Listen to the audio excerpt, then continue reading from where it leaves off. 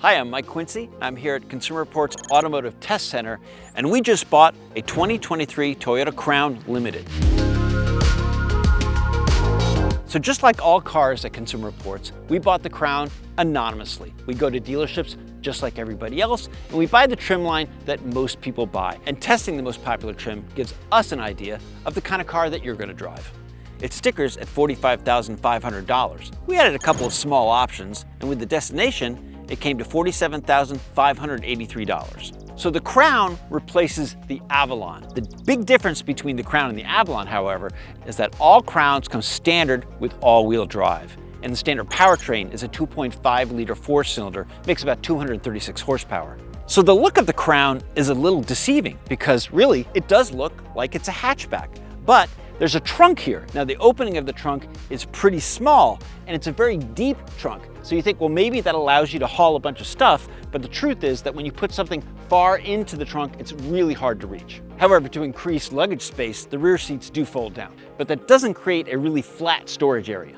So the roofline is 4 inches taller than a Toyota Camry. And compared to a lot of sedans, the Crown has a decent amount of ground clearance. That makes getting in and out of the front seat a lot easier.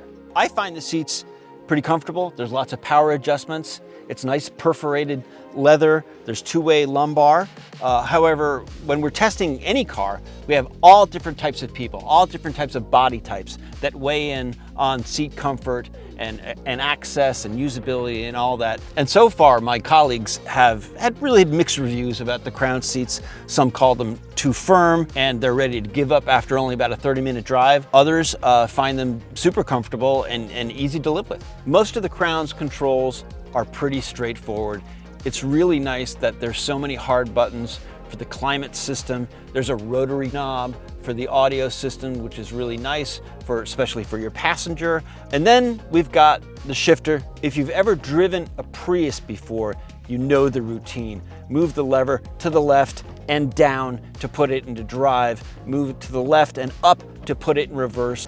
It isn't a straight shot. It takes a little bit of practice. After a while, you get used to it. But if you've never driven a Prius before, this shifter is going to seem really weird. You check out the rear seating area. There's a fair amount of room back here. I'm not that tall. I'm a little under 6 feet tall, and I've got plenty of leg room, decent thigh support back here, fair amount of headroom.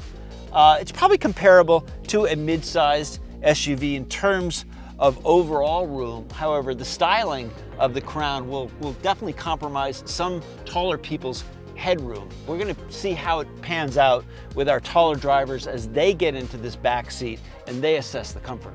As we do with all of our test vehicles, the cars have to get up to 2,000 miles before we do any of our testing. What I found over about 10 hours of driving is that the ride was pretty reasonable. Decent noise levels. It is a 4-cylinder hybrid, so the engine does get a little loud, but not unreasonable when you're just settling down with just regular highway cruising. The EPA estimates that this will get 41 miles per gallon overall, and that's one of the tests that Consumer Reports is going to do on this new Crown that I'm really curious to see how it does. So that's the 2023 Toyota Crown. Check back soon for more test results, including braking, fuel economy, handling, and more at consumerreports.org.